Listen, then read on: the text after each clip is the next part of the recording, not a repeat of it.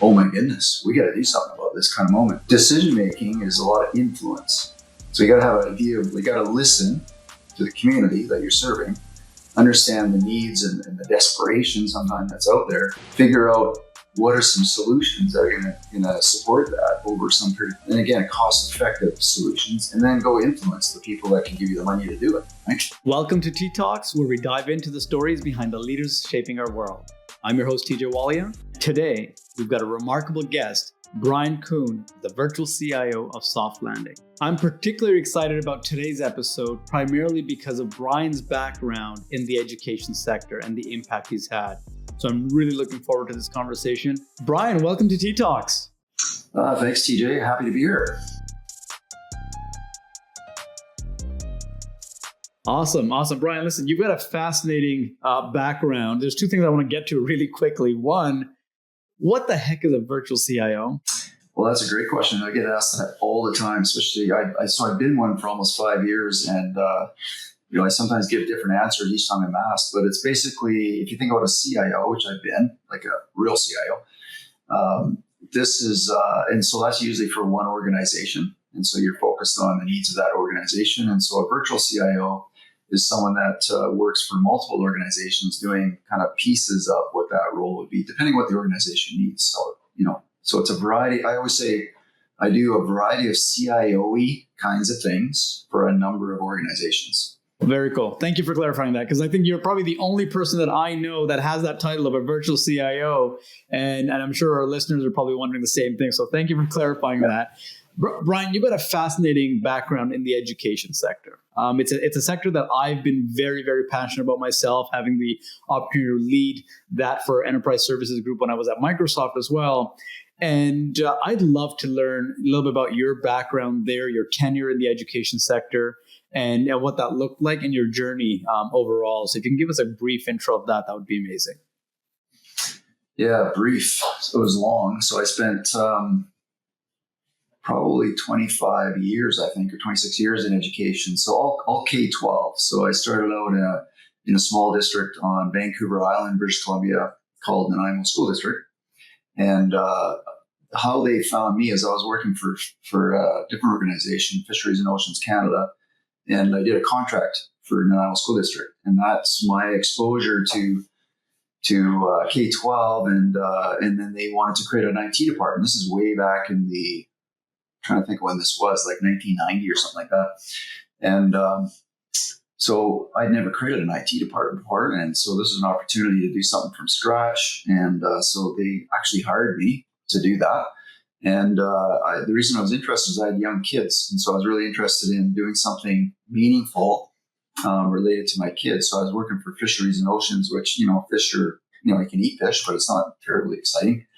But doing something where it can change lives for young people, that really kind of got me excited, right? So that's why I got into the education space. And why I left Nanaimo, I was there about 10 years in that district, and things politically went, so school districts are very political organizations. They're, multiple unions and elected officials and stuff like that. And things can get messy when there's changes in leadership and whatnot. And so there was a change in leadership. I won't get into the details, but it was like, man, I need to go find somewhere else to go.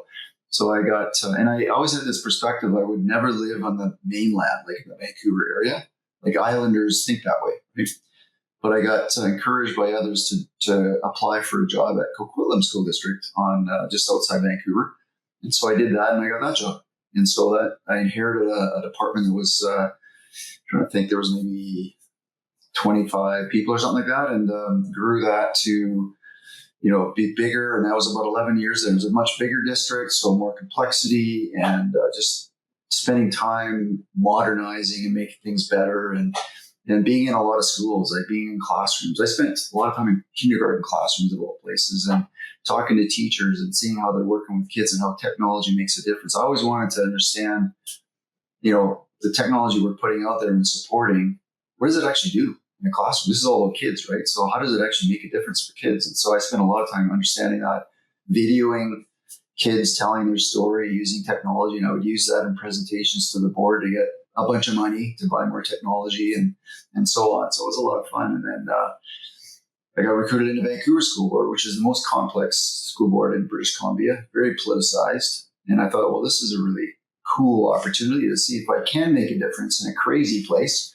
And that was Vancouver. It was about 7 years of, I tell people, insanity, just the complexity of the politics in that place. But we made some really good improvements for kids. It was a bit of a mess when I came there, and my team and I were able to bring it to a much better place so that things actually worked for kids and things worked for teachers and things were more systematized and standardized and more repeatable and consistent, and the user experience was better and so on. So it was, I'm always interested in what can I do, through my team to make things better for people, right? That for me, the technology is interesting, but it's like, how does it affect people in a positive way? That's quite inspiring, Brian. And I think there's, a couple things I want to dive into out of all that, but I think you have to have purpose in order to really have a fulfilling career, right? And that's what I'm hearing. Like you had that connection of really enabling individuals. And I see that in terms of how you actually went into the classroom. I've worked with IT departments my entire career, and it's very rare that you find individuals or leaders walk into the business units to understand how the business is actually using the technology.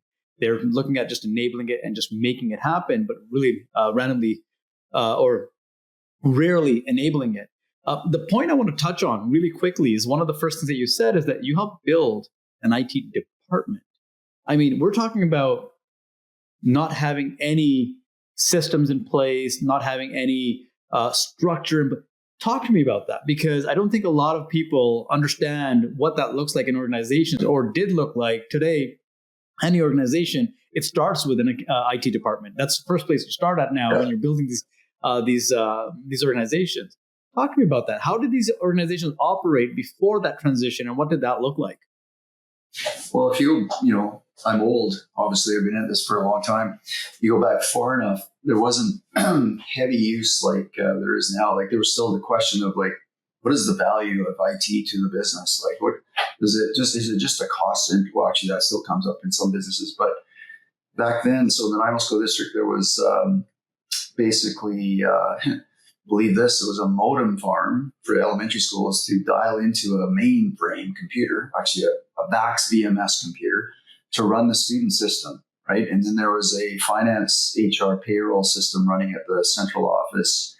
And in schools, there would be standalone computers, very few networks. Like computers were not networked. It wasn't wiring. There was no Wi-Fi. Wi-Fi was maybe a concept in somebody's mind back then, right? So you didn't need an IT department, right? Because there wasn't much going on. But things started to happen. And so this particular district wanted to go further, right? So they wanted someone to come in and start to envision what that future could look like, not just for the business of education, but also for the kids and the teachers. And so I got to grow a department from zero, one, to I think when I left, it was like 18 people or something like that. And so over 10 years, we grew it. And so, like you said, there was no process because there was no department, right? So I didn't actually have any experience. I was just a young person that had 5 or 6 years of experience in IT. Not even IT, I was a developer. So my background's computer science. And so I was a software developer turned IT manager. And so I didn't know what I was doing either. So it was all invention along the way. And there was no real internet. Actually, the Nanaimo School District was the first school district in the world to connect to the internet, believe it or not. Oh, wow. And we connected through the local college who had an internet presence. Because remember, the internet was for academia. It wasn't for the business world. And so we connected to the internet. We actually, this modem pool, interesting side story, we opened it up to the public to be able to dial into this modem pool and use the primitive internet tools of the day to be able to connect to the internet. So then we started offering free workshops to teach people how to actually use these internet tools and like, what's the World Wide Web? It was a text-based experience back in the day, right? Yeah. So Nanaimo School District was part of that. And that was, something I was able to bring to the community. It was so cool. Anyways, there wasn't much going on. So we had to build all the procedures and the processes. We had to network schools, like literally physically wire up school classrooms and was mainly labs at that time. and offices, and then started over time replacing that modem pool connection with real networked connection. And we were actually the first. Yeah, we did R&D with Shaw Communications, it was the Shaw cable network that got sold to Rogers recently. They were inventing the cable modem capability back in the day, and I forget how we got connected to them, but we were in R&D for their engineers, and there was like 2 of them in the whole company that were working on this. And they put these cable modems in our secondary schools, and we gave feedback, and they had to do. It was just a ridiculously complex process, but we were the first kind of one of like customer zero for them around cable modems. And so we were involved in that process as well. Anyways, there's so much procedure, process, standardization, and then building roadmaps to roll out technology in a fair and equitable way out to schools. But I had no idea what I was doing most of the time, right? Actually, I still don't. But anyways, it's changing so fast. You have to be learning and constantly figuring things out. But back then, access to the internet like you have now, it didn't exist. You literally had to read books. You went to courses to learn from corporations on how to do things, and you couldn't just go on and use Copilot or ChatGPT to go figure out things, right? Super fascinating, Brian. I mean, there's so many layers in that where you've helped pioneer a lot of this technology in terms of having it introduced into the school systems. R&D with Shaw, like that's incredible, and an experience that not many people get to tap into, if you will. The decision making for all of that. Right? Like there's a lot of components there. When you're in that role where it's not your core background, you're going in, you're learning this technology, you're trying to figure it out. You have no idea what the future holds. We all don't even today. And you're making these decisions that are going to impact not only those kids we're talking about, the teachers, the general public who are coming in, that you're opening up this gateway for technology in its sense, evolution. What's your decision making through all of that when you're looking at it and saying, well, these are the impacts, or were you not even looking at it and saying, this is potentially what the impact is, and let's just give it a shot? Like, what was your decision making mindset through all of this? So in the early days, it was less about risk. Like today, I would say there's a fair bit of risk involved in that decision, like risk mitigation or risk elimination or risk avoidance, cybersecurity, all that kind of stuff. That didn't exist back then, right? So you didn't worry about stuff. It was more about like, how do we cost effectively, because everything was so expensive. Like to buy a laptop back in the day was like a really good laptop was over 10 grand. To buy anything was like $3,000 for a computer, right? And so and with a limited budget, the decision-making there was I formed a steering committee, right? So we had an education technology steering committee. And so we had principals and teachers and district folks and IT folks there to help reason through, like, where do we best put our resources, right? How do we come up with? So we came up with this early on with a wheel approach to try and fairly and equitably over a number of years provide some technology to roll out to schools, right? If I go to the Vancouver School Board, I remember...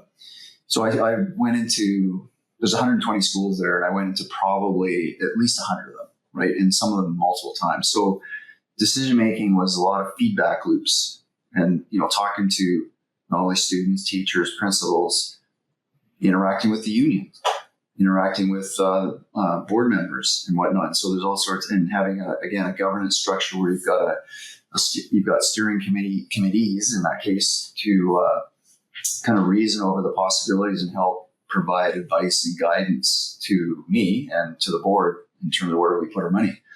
And I remember in Vancouver, we desperately needed upgrades to the network to connect schools because everything was just ramping up in terms of what schools want to do, like thousands of iPads and 10,000s of computers and stuff like that. And everything was just slow, and then adopting cloud services. And so we needed a network. We needed millions of dollars to be injected in this thing.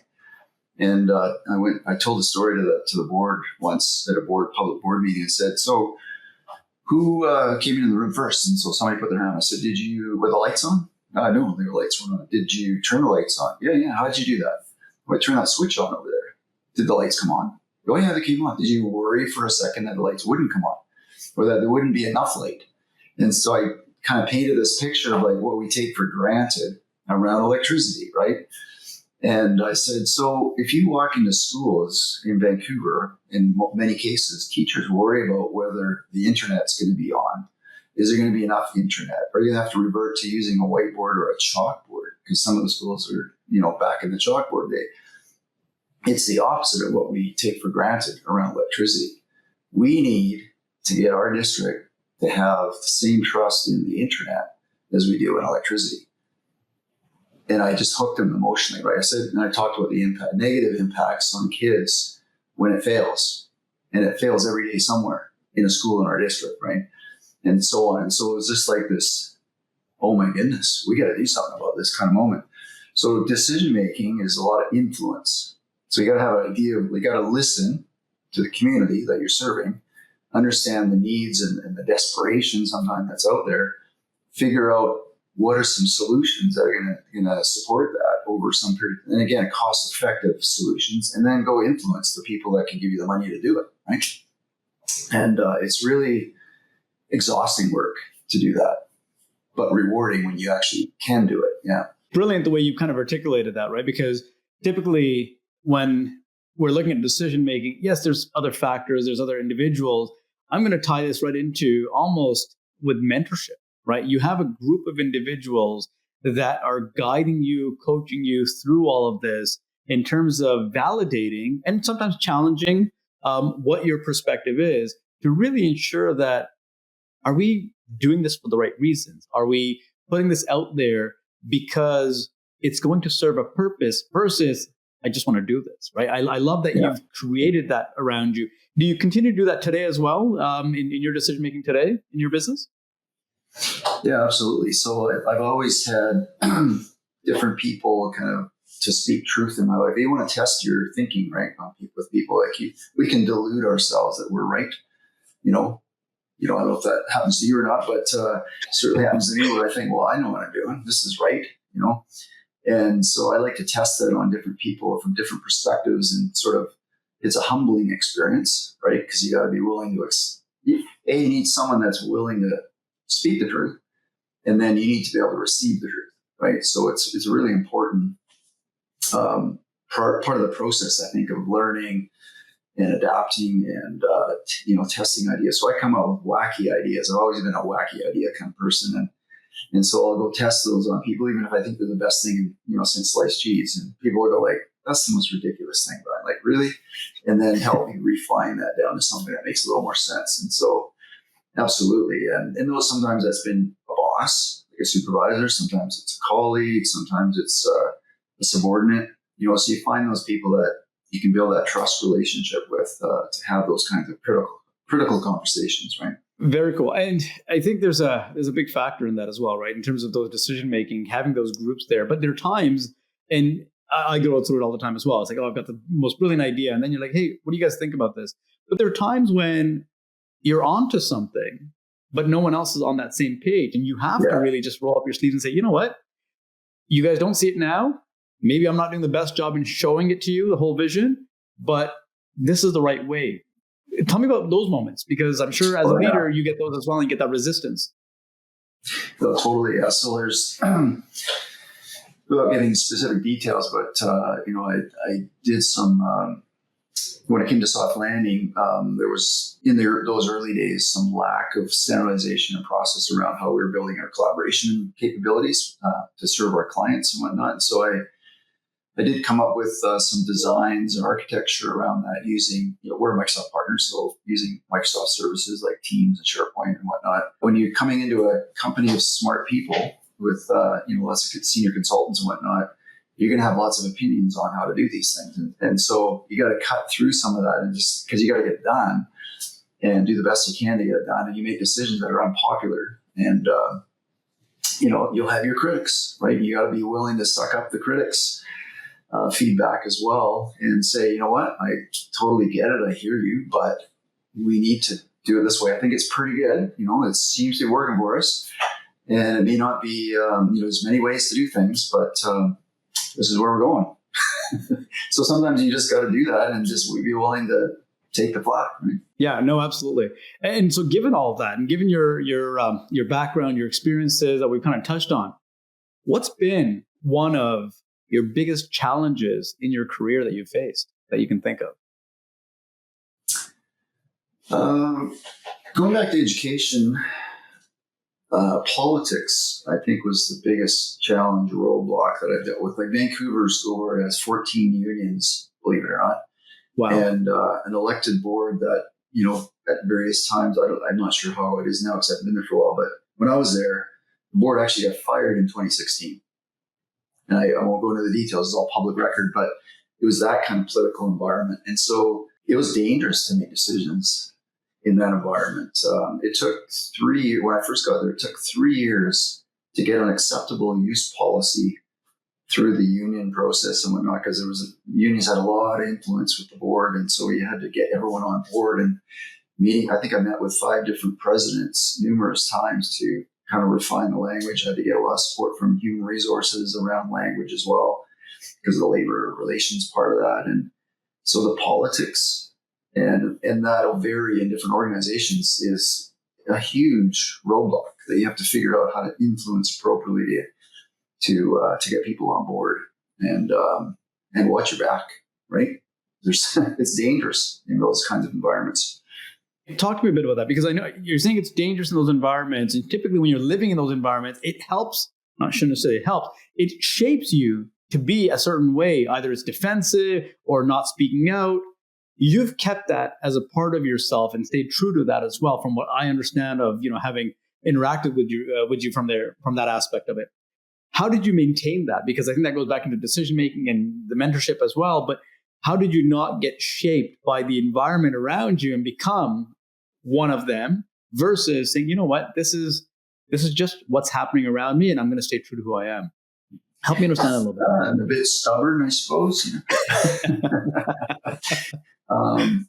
I've always been a person that colors outside the lines. I don't like to be conformed. I don't like to conform.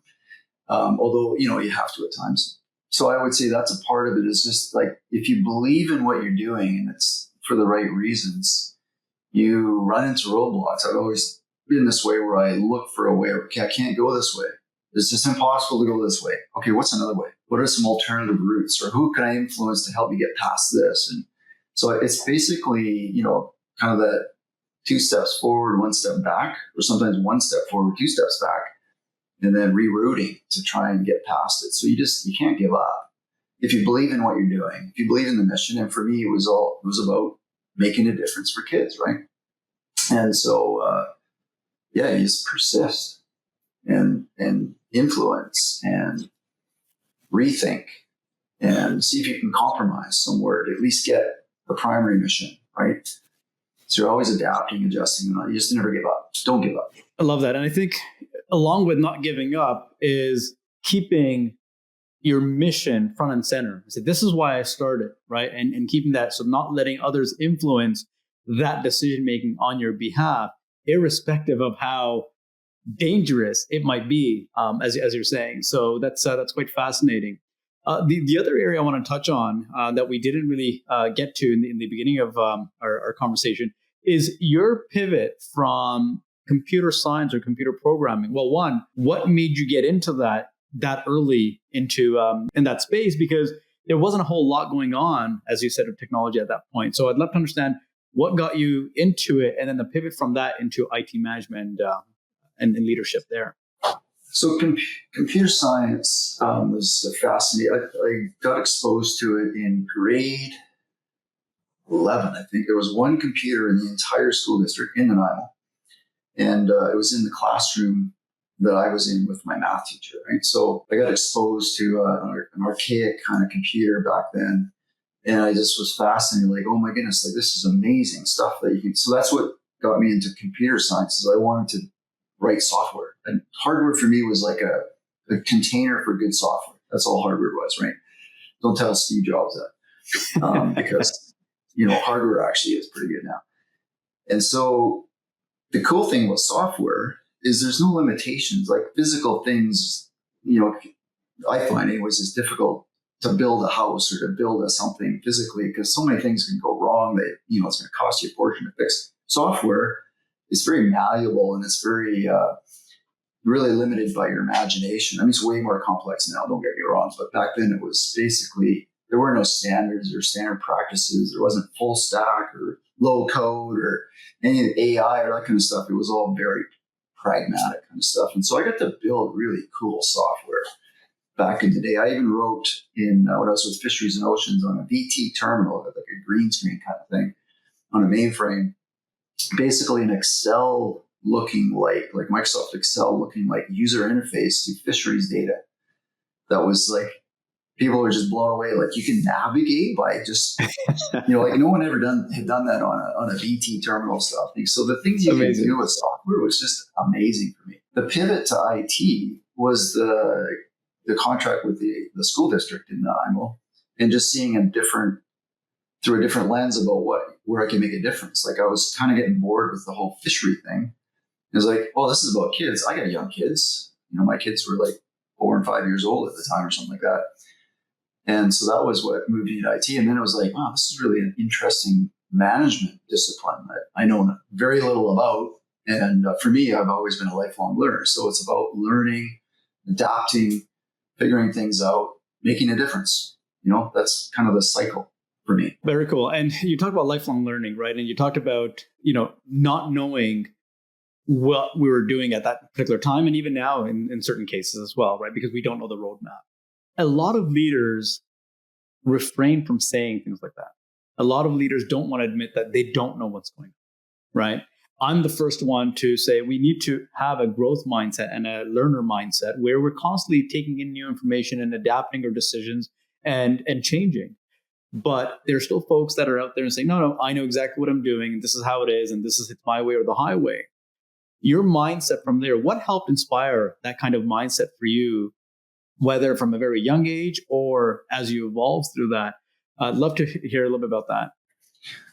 Well, I think I've always been hungry to learn, right? So books was the only way to learn back in the day. So a lot of reading, both technical information and like to read a lot of novels as well, because you get inspired by just stories that people have written about. I've probably read, hundreds of books and audible books and whatnot over the years, and just this hunger to absorb and learn and whatnot. You take little bits and pieces from each of those. But, backing up a little bit, so Stephen Covey's, the 7 Habits of Highly Successful People, what is one of the habits? Sharpen the saw, right? If you're not sharpening the saw, you've got a dull saw and you're trying to cut wood, how effective is that, right? Sharpen the saw way faster, way more effective, whatever.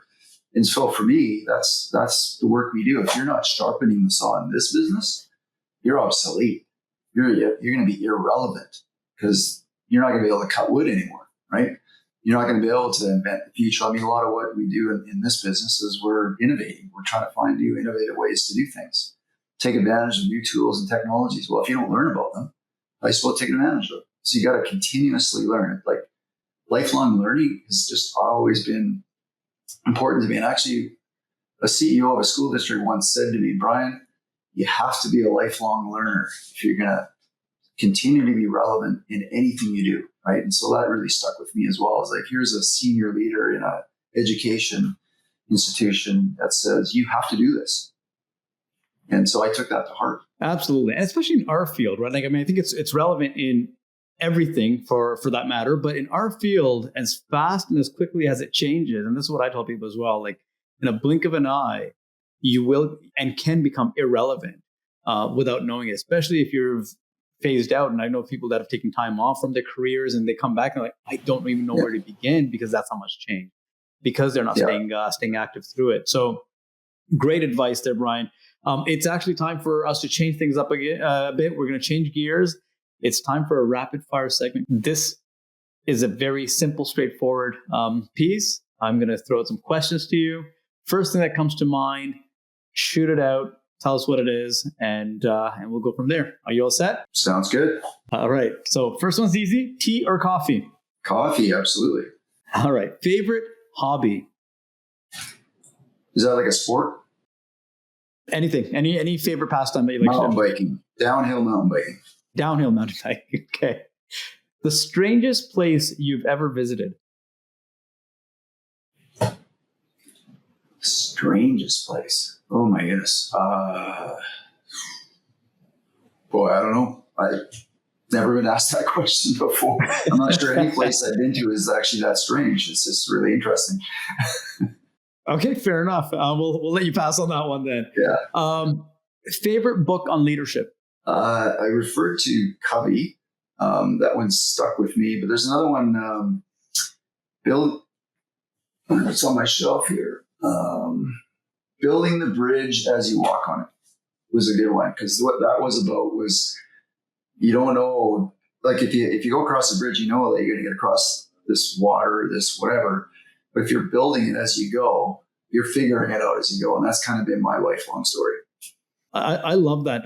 When I was leading the IoT business at Microsoft, one of my leaders actually said this to me as well. He goes, "We're flying the plane and building it at the same time." It's such a innovative technology. It's so new that we have no idea what to expect.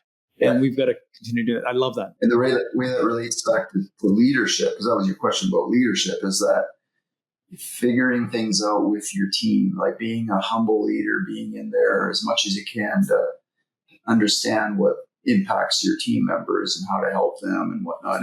And so you don't know, right, until you get in there. You got to build that bridge with your people as well, build your bridge to whatever your decision you're trying to reach, and so on. It just becomes enculturated in the way you operate. Yeah, no, I love that. Love that. Next one. If you could steal powers of any superhero, which would it be? You know, when I was a kid, I always dreamt about flying. So Superman. Okay. And if you could teleport anywhere in the world, where would you want to go right now? My wife and I like to travel lots. Anywhere in the world, let me think. You know, I would have really liked to travel to Russia, except it's a little dangerous right now. But it'd be really cool to see Moscow someday in the future when it's safe to do that. Very cool. Very cool. And our last question, if animals could talk, which would you want to have a conversation with outside of any pets you have? If animals could talk. That's a weird question. Probably a cat. We don't have pets, but I like cats. Yeah. All right. Awesome. Right. Thank you very much for being here. It was a complete honor to have you, and we look forward to our conversation in the future. Yeah, you're welcome. That was fun. Thank you for having me. Thank you, Brian, for sharing your valuable insights and experiences with us today. It's been a true pleasure.